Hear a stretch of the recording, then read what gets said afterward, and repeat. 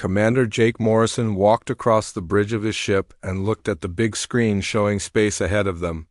The Earth vessel Titan's Edge moved slowly through the dark between stars with 99 other human ships following behind.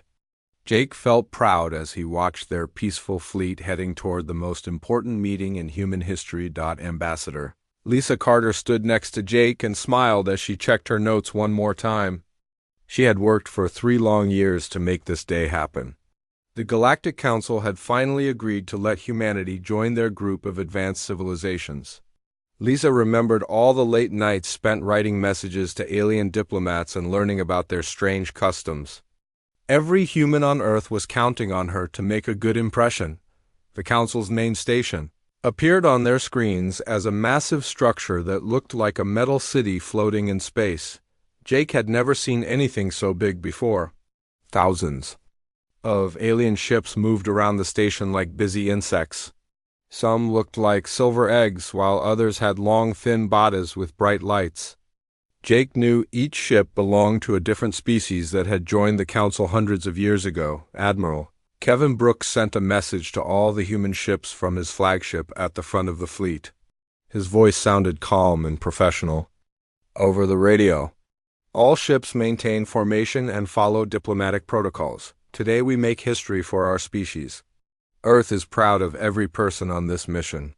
Captain Amy Rodriguez piloted her small scout ship at the edge of the human fleet. She kept her sensors active and watched for any problems. Amy had fought in Earth's last big war, and her instincts told her something felt wrong. The alien ships around them were positioning themselves in patterns that looked more like an attack formation than a welcome party.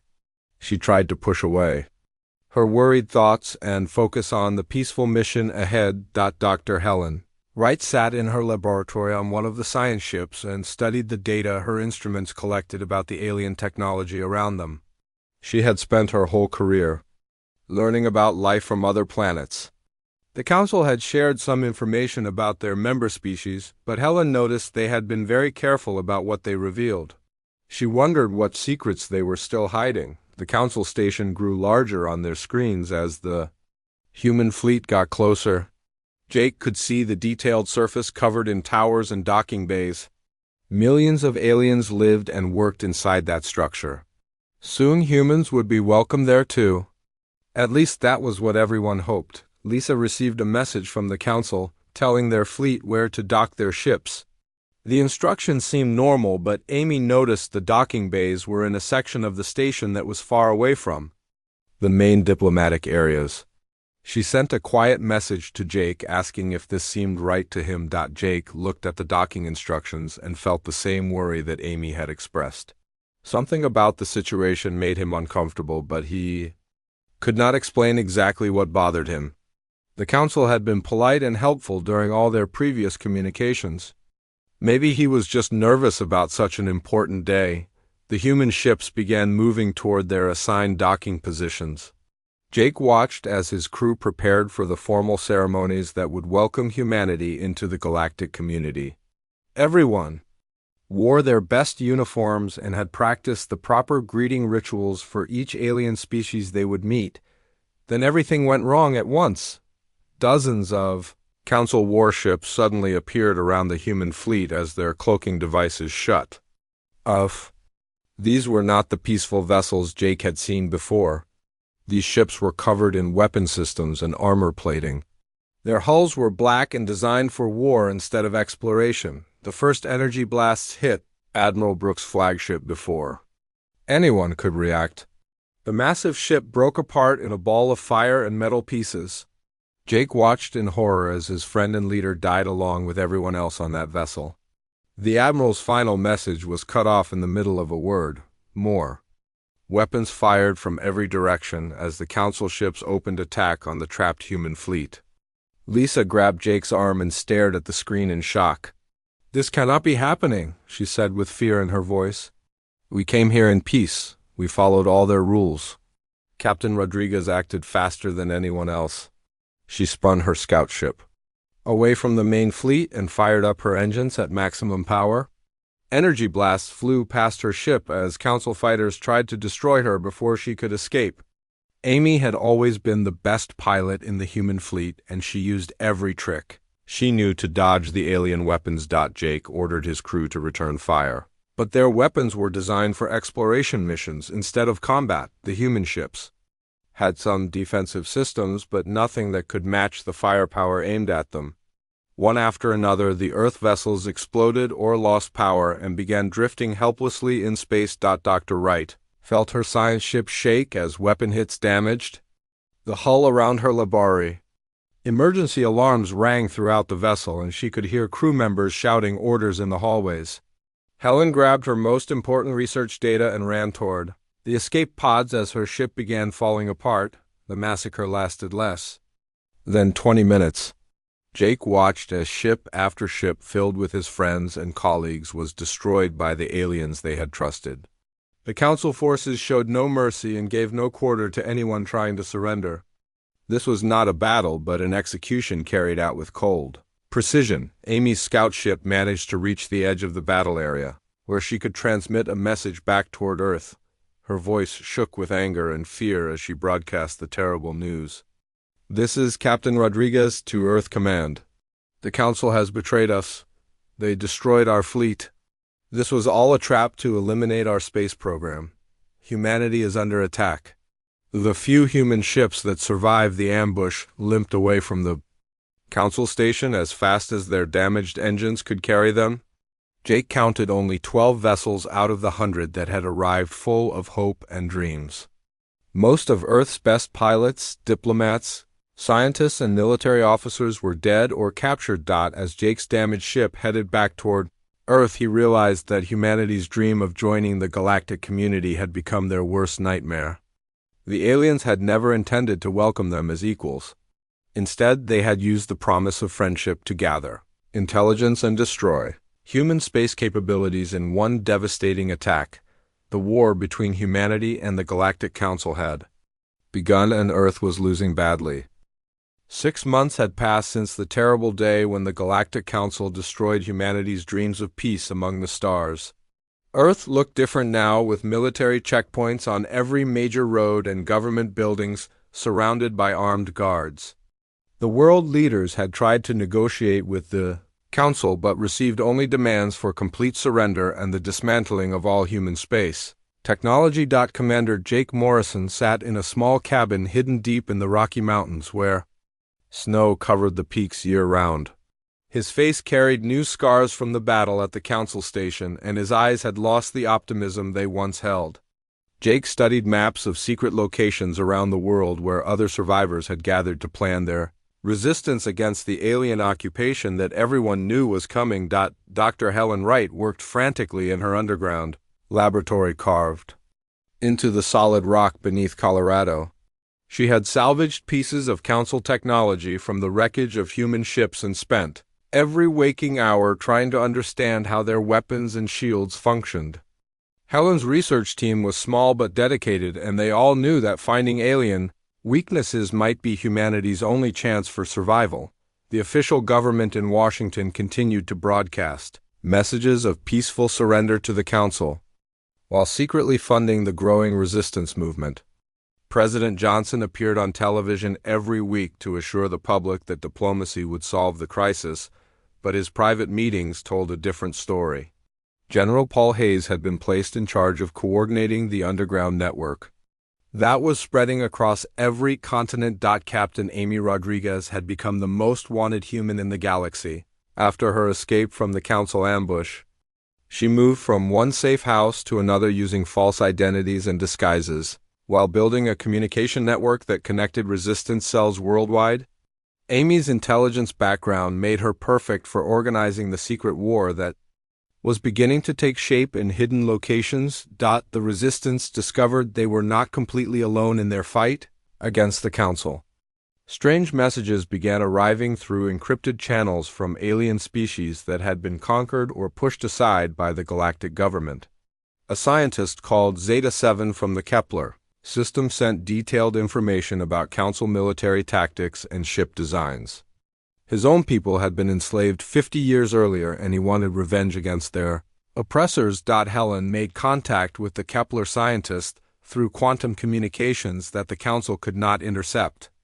Zeta-7 explained that the Council ruled through fear and superior technology, but they had weaknesses that could be exploited. Most Council species had never faced an enemy that refused to follow traditional rules of warfare. They expected conquered races to surrender quickly and accept their new place in the galactic order. Lieutenant Colonel Steve Parker established the first training camps in remote areas where volunteers learned how to fight a guerrilla war against technologically superior enemies. Steve had commanded special forces during Earth's last major conflict and understood that conventional tactics would fail against Council technology.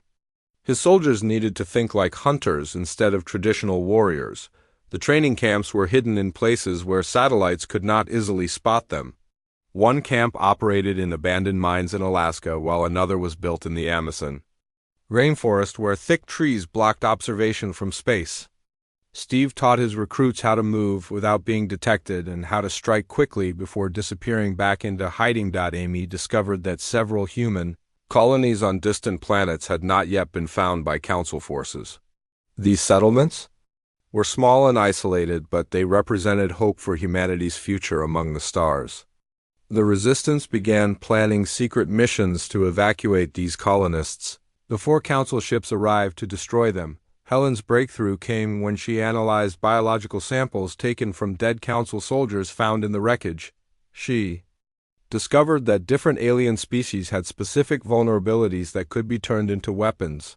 The hegemony soldiers were sensitive to certain frequencies of sound, while the insect-like swarm creatures could be disabled by particular chemicals found in Earth plants. More importantly, Helen learned that the Council was not as united as they appeared to the outside galaxy.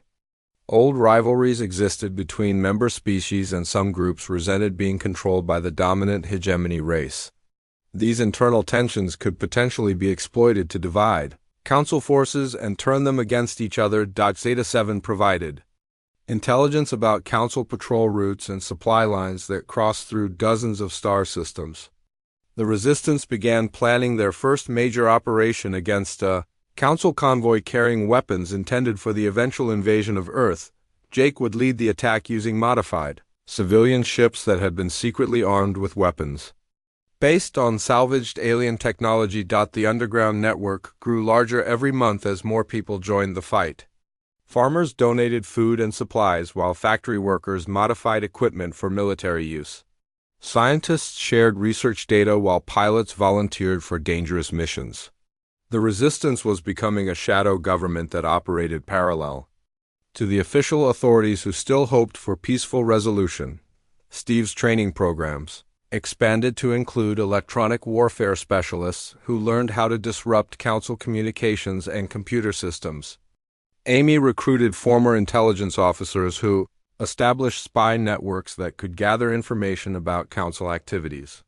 Helen organized teams of biologists and chemists who worked on developing new weapons designed specifically to target alien physiology. The Centauri rebels made contact through one of Amy's communication channels and offered to provide advanced technology in exchange for human assistance in their own fight against Council occupation. These aquatic aliens had been fighting a losing war for decades, but they possessed stealth technology that could make human ships nearly invisible to Council sensors. Jake realized that humanity was evolving into something the Council had never encountered before. Every human who joined the Resistance brought unique skills and knowledge that added to their collective strength.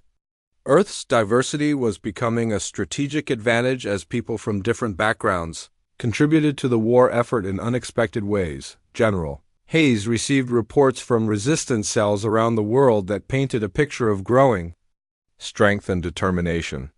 Humanity was adapting to their new reality as hunted prey, but they were also learning to hunt their hunters. The species that the Council had dismissed as primitive and weak was preparing to show them the true meaning of human stubbornness and ingenuity. The war was about to begin in earnest, and this time, humanity would not be caught unprepared. 18 months after the Council's betrayal, humanity was ready to draw first blood.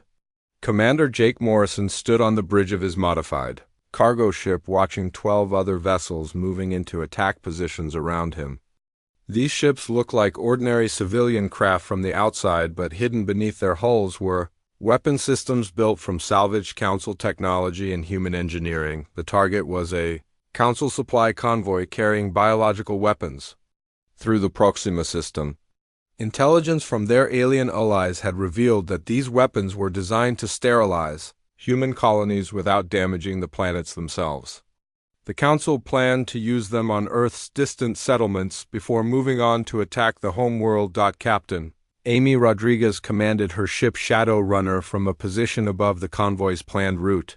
Her vessel carried the most advanced electronic warfare systems that Dr. Helen Wright's team had been able to build. Amy's job was to disable the convoy's communications and defensive systems while Jake's squadron moved in for the Council. The Council convoy consisted of 3 massive cargo ships surrounded by 6 escort fighters. The aliens had grown confident after months of easy victories against human colonies that could not defend themselves. They flew in standard formation without expecting any resistance in this remote system far from Earth. Jake felt his heart pounding as he gave the signal to begin the attack. This was humanity's first major strike against their oppressors, and failure would mean the destruction of colonies containing millions of innocent people. Everything depended on the next few minutes and whether their untested weapons would work against real Council ships. Amy's electronic attack hit the convoy like an invisible hammer. The Council ships suddenly found their communications filled with static and their sensor systems showing false readings. Their escort fighters tried to respond to the threat, but their targeting computers could not lock onto the human ships that seemed to flicker in and out of existence. The Shadow Runner used stealth technology provided by the Centauri rebels to become nearly invisible to Council sensors. Amy flew her ship through the middle of the convoy while broadcasting jamming signals that confused the alien computers. The Council crews had never faced this type of warfare before, and they struggled to understand what was happening to their systems. Jake's squadron struck from 3 different directions using tactics that Lieutenant Colonel Steve Parker had developed during months of training. The human ships moved in coordinated patterns that allowed them to concentrate their firepower while avoiding return fire from the confused escort fighters. Each ship targeted a specific part of the convoy and executed their attacks with deadly precision. The first Council escort exploded in a ball of superheated plasma as human weapons tore through its shields. The alien crew had only seconds to realize they were under attack before their ship was destroyed. 2 more escorts suffered the same fate as Jake's pilots used their superior mobility to outmaneuver the larger Council vessels. Dr. Wright had designed special warheads that contained chemical compounds deadly to the specific alien species crewing the convoy. When these weapons penetrated the cargo ships' hulls, they released clouds of toxins that incapacitated the crews without damaging the vessels themselves. The humans needed to capture the biological weapons intact to prevent them from being accidentally released. The remaining Council escorts tried to form a defensive formation around the cargo ships, but Amy's jamming made coordination impossible. Each alien ship fought alone without support from its companions while the human squadron worked together. Like a pack of wolves hunting much larger prey, Jake's ship took damage from a lucky shot that penetrated their makeshift armor, but his crew kept fighting despite fires breaking out in 3 different sections. The human vessels were not as well built as Council warships, but they were crewed by people who had nothing left to lose. Every person on those ships had lost friends or family. In the Council's attacks, the battle lasted only 20 minutes before the last Council escort was destroyed and the cargo ships were captured. Human boarding teams secured the biological weapons, while technical specialists began downloading data from the alien computers. The information they gathered would help plan future attacks against other Council targets. Amy coordinated the withdrawal. As Council reinforcements were detected approaching the battle site, the human ships scattered in different directions using pre-planned escape routes that would take them to hidden bases in asteroid fields and dead star systems. By the time Council reinforcements arrived, the attackers had vanished completely. The victory sent shockwaves through the Galactic Council's leadership. Admiral Thraknor of the hegemony species issued angry statements promising swift retaliation against the human terrorists who dared to attack legitimate council operations. The alien military had never faced an enemy that refused to fight according to accepted rules of warfare. News of the successful attack spread quickly through the resistance network and reached every human settlement in the galaxy. People who had lived in fear for months suddenly felt hope that their species might survive the Council's attempt at genocide. The victory proved that the aliens could be beaten by humans who refused to surrender. 3 more alien species made secret contact with the resistance after learning about the convoy attack. The vegan refugees who had been displaced by Council expansion decades earlier offered to share their knowledge of guerrilla warfare tactics. A faction of the Aquatic Cetacean Alliance began providing safe harbor for human ships in their deep ocean worlds. General Paul Hayes coordinated the resistance response to Council retaliation attempts while maintaining his official position in Earth's government. The aliens increased their patrol activities and began searching for human bases, but the resistance had learned to hide in places where Council technology could not easily detect them. Jake realized that fear was becoming humanity's most powerful weapon. Council crews who had once felt invincible now worried about human attacks that could come from anywhere at any time. The psychological impact of the convoy raid was greater than the physical damage inflicted on Council forces, Dr. writes. Intelligence Network began mapping Council supply routes and identifying high-value targets for future attacks. The aliens had built their empire on the assumption that conquered species would accept their fate peacefully. They had never prepared for an enemy that grew stronger through adversity and refused to follow conventional military doctrine. The Terra Liberation Front had announced its existence to the galaxy in the most dramatic way possible. Humanity was no longer running and hiding from their oppressors. The hunters had become the hunted, and the Council was about to learn why humans had earned their reputation as the most dangerous species on Earth. 2 years had passed since the convoy attack, and the Terra Liberation Front had grown into a force that struck fear into Council hearts across the galaxy. Captain Amy Rodriguez now commanded a fleet of 30 ships that moved through space like ghosts, hunting their prey. Each vessel was crewed by volunteers who had lost everything when the Council betrayed humanity's trust. The Resistance had changed their strategy from simple raids to targeted elimination of Council leadership. Dr. Helen Wright's biological warfare division had perfected weapons that could incapacitate specific alien species without harming their allies. The first major test came during a rescue mission at a Council prison facility where captured humans were being used for medical experiments. Commander Jake Morrison led the assault team that infiltrated the prison station orbiting a dead planet in the Outer Rim. His soldiers wore armor that made them invisible to Council sensors and carried weapons that fired Helen's new biological agents. The mission was personal for Jake because intelligence reports indicated that Ambassador Lisa Carter was being held. In this facility, the prison guards were members of the insect-like swarm species that served as the Council's enforcement arm. Helen's research had discovered that these creatures were vulnerable to a modified version of Earth pesticides that would paralyze their nervous systems within minutes. The weapon was designed to be non-lethal but completely effective against swarm physiology. Jake's team moved through the prison corridors like silent death. The biological weapons worked exactly as Helen had promised, and swarm guards collapsed unconscious without raising any alarms. The rescue operation proceeded smoothly until they reached the high-security section where the most important prisoners were held. Lisa Carter was found in a cell designed for psychological torture that bombarded prisoners with painful sounds and lights. She had been imprisoned for 2 years, but her spirit remained unbroken. Jake felt rage burning in his chest as he saw what the Council had done to the woman who had worked so hard for peace between species. The rescued prisoners included scientists, diplomats, and military officers who possessed valuable intelligence about Council operations. Many had been subjected to brutal interrogation sessions designed to extract information about Earth's defenses and human psychology. Their testimonies would fuel the Resistance's determination to make the Council pay for their crimes. Lieutenant Colonel Steve Parker had established hunter-killer teams that specialized in assassinating Council commanders. These small units used intelligence provided by sympathetic aliens to infiltrate enemy facilities and eliminate high-value targets before disappearing without a trace. The psychological impact on Council leadership was enormous as officers began requesting transfers away from human operational zones. The Council's response to escalating human attacks was predictably brutal. They began systematic bombardment of suspected human colonies using weapons that turned entire planets into lifeless rocks.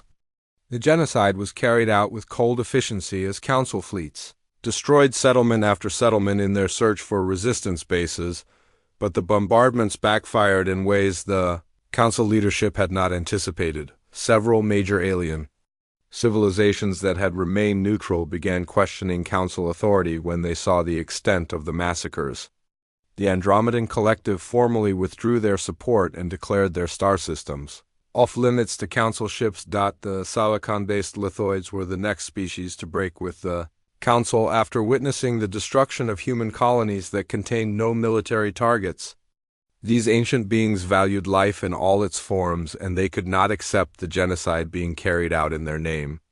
Their departure from the Council removed a significant source of advanced technology and manufacturing capability. Amy Rodriguez discovered that fear of humans was spreading through Council ranks faster than any weapon could travel. Military briefings described humans as demons who fought without honor and showed no mercy to those who threatened their survival. Council soldiers began experiencing panic attacks when assigned to sectors where human activity had been reported. The resistance had learned to use Council prejudices against them. Most alien species believed that humans were primitive beings who relied on emotion instead of logic. This assumption made them unprepared for the calculated precision of human military operations that combined careful planning with ruthless execution. Dr. Wright's intelligence network had mapped the personal schedules and security protocols of dozens of high-ranking Council officials. Hunter-killer teams used this information to eliminate targets in their own homes and offices where they believed themselves to be safe. The message was clear that nowhere in the galaxy offered sanctuary from human vengeance. Jake realized that the resistance was fighting two different wars at the same time. The military campaign focused on destroying Council forces and rescuing human prisoners, while the psychological warfare aimed to break the enemy's will to continue fighting. Both strategies were working better than anyone had dared to hope. The vegan refugees provided training in advanced stealth techniques that allowed human ships to operate deep inside Council territory without being detected. A group of aquatic aliens called the Deep Swimmers offered their underwater cities as safe havens where Council forces could not follow. The Resistance was building a network of allies that spanned dozens of star systems. General Paul Hayes coordinated the overall Resistance strategy from his hidden command center while maintaining his official position in Earth's government. The public still believed their leaders were negotiating for peace, but the secret war was escalating toward a final confrontation that would determine humanity's fate. Council Admiral Thraknor issued increasingly desperate orders for his forces to hunt down human terrorists, but his ships found only empty space. Where intelligence reports claimed resistance bases were located, the humans had mastered the art of appearing and disappearing like phantoms that struck without warning. Steve's assassination teams had eliminated 17 Council generals and 43 colonial governors in the past 6 months. Each death was carefully planned to send a specific message about the price of supporting genocide against humanity. The surviving Council leadership lived in constant fear that they would be next on the human target list. Amy intercepted Council communications that revealed growing dissent within their military ranks. Several species were questioning orders to commit genocide, while others demanded a negotiated end to the conflict. The unity that had made the Council powerful was beginning to fracture under the pressure of fighting an enemy they could not understand or defeat. The hunters had become the hunted, and the Council was learning that humanity's greatest strength was their refusal to accept defeat even when facing impossible odds. 5 years after the Council's betrayal, the galaxy looked completely different than anyone could have imagined. The Terra Liberation Front controlled vast regions of the Outer Rim, while the once mighty Galactic Council found itself fighting desperate battles on dozens of fronts. Admiral Kevin Brooks had been promoted to Supreme Commander of Human Forces and now coordinated the largest military operation in human history from his flagship, Retribution. The final campaign began with a coordinated strike that shocked the galaxy with its scope and precision. 12 major Council strongholds came under simultaneous attack by human forces that appeared out of nowhere and struck with devastating effectiveness. Each assault was perfectly timed to prevent the Council from coordinating their defenses or sending reinforcements to threatened positions. Commander Jake Morrison led the attack on the industrial world of Kepler Prime, where the Council manufactured most of their advanced weapons. His fleet of modified warships had been equipped with Dr. Helen Wright's latest biological weapons that could paralyze entire cities without causing permanent harm. The moral superiority of showing mercy to their enemies proved as valuable as military victory. Captain Amy Rodriguez commanded the most daring operation of the entire war as she led an assault on the Council's primary command station. This was the same facility where humanity's diplomatic mission had been massacred 5 years earlier, and the symbolism was not lost on anyone involved in the attack. Amy's ship Shadowrunner carried a full company of elite soldiers trained specifically for this mission, the irony of humans storming the chambers, where their death sentence had been pronounced, was felt by every person involved in the operation. Lieutenant Colonel Steve Parker's troops moved through the station corridors with deadly efficiency while Council defenders struggled to mount any organized resistance. The aliens had never faced an enemy that combined human determination with superior tactics and technology. Dr. Wright's biological weapons had been refined over years of testing and development to cause temporary paralysis rather than death. The decision to show mercy toward their enemies demonstrated that humanity had not become the monsters the Council claimed they were. This moral high ground proved crucial in winning support from neutral alien species who had been watching the conflict. The breakthrough came when Amy's forces reached the Central Command Center, where Council Chairman Zarek Prime was coordinating the defense of his crumbling empire. The alien leader had expected to die fighting, but instead found himself facing Commander Morrison, who offered him the choice between surrender and destruction. The same mercy that had been denied to humanity was now being extended to their greatest enemy. Chairman Zarek Prime's surrender was broadcast across the galaxy and marked the effective end of Council resistance. The alien who had ordered the genocide of humanity now begged for the mercy his species had refused to show when the situation was reversed. Jake accepted the surrender with dignity while knowing that justice would be served. Through proper legal proceedings, the Council's military forces began surrendering system by system, as news of their leadership's defeat spread through their communication networks. Many alien commanders had grown tired of fighting a war they could not win against an enemy they did not understand. The human strategy of combining overwhelming force with offers of mercy convinced most Council forces to lay down their weapons.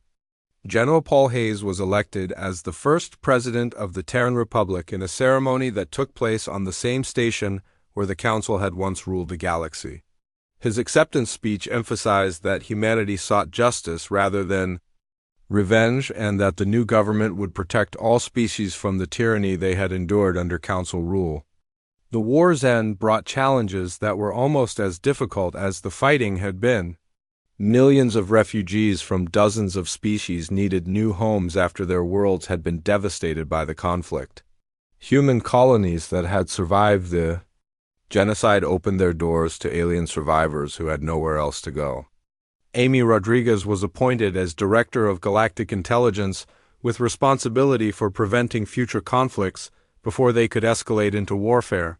Her experience in fighting the Council's oppression made her uniquely qualified to identify the warning signs of tyranny and take action to protect vulnerable populations. Dr. Wright established the Institute for Interspecies Understanding on the former Council homeworld, with a mission to study the causes of the war and develop better ways for different species to coexist peacefully. Her research into alien biology had saved humanity, but now she focused on using science to build bridges instead of weapons.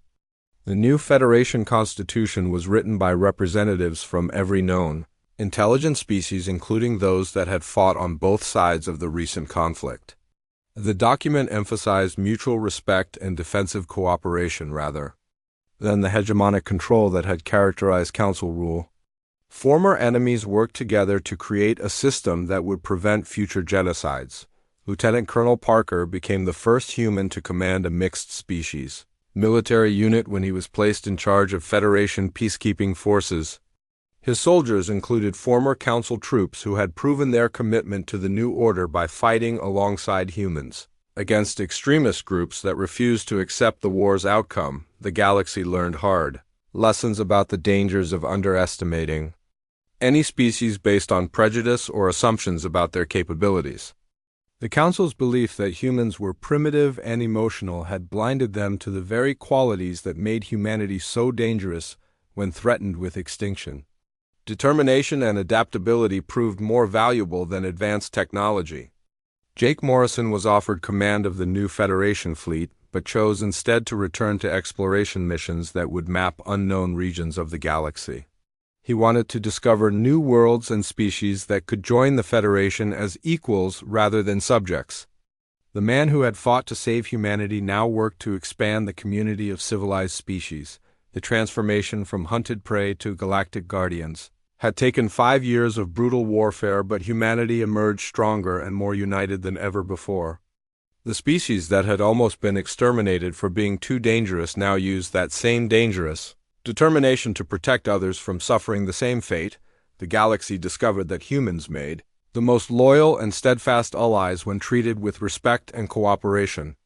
But they also learned that threatening human survival was the last mistake any civilization would ever make.